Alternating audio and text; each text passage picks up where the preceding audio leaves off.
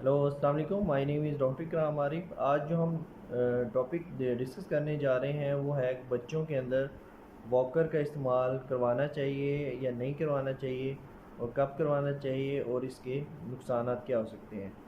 जो बच्चे ज़्यादातर एक्सपर्ट्स ये कहते हैं कि जो वॉकर यूज़ करते हैं वो थोड़ा सा ये होता है कि अपने चलने में थोड़ा सा लेट होते हैं।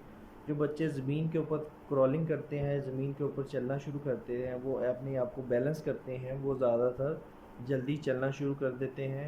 और तो ज़्यादातर ये दूसरी चीज़ ये देखी गई है, जो वॉकर यूज़ करते हैं जो अनसुपरवाइज, अगर आपने नहीं देखा तो ज़्यादातर बच्चों में इंजरीज़ होने के चांसेस भी होते हैं। बच्चा इधर से उधर गिर जाता है, या सीढ़ियों से गिर जाता है, या इधर उधर उसको ट्रॉमा होने का खर्चा होता है। तो इसमें अगर आप यूज़ भी करवाएं तो सुपरवाइज उसमें अगर बच्चे को वॉकर यूज़ करवा सकते हैं। बेहतर ये होता है कि आप उसको पैदल ही चलने दें बच्चे को, ये क्रॉल कर दें। थैंक यू, अल्लाह हाफिज़।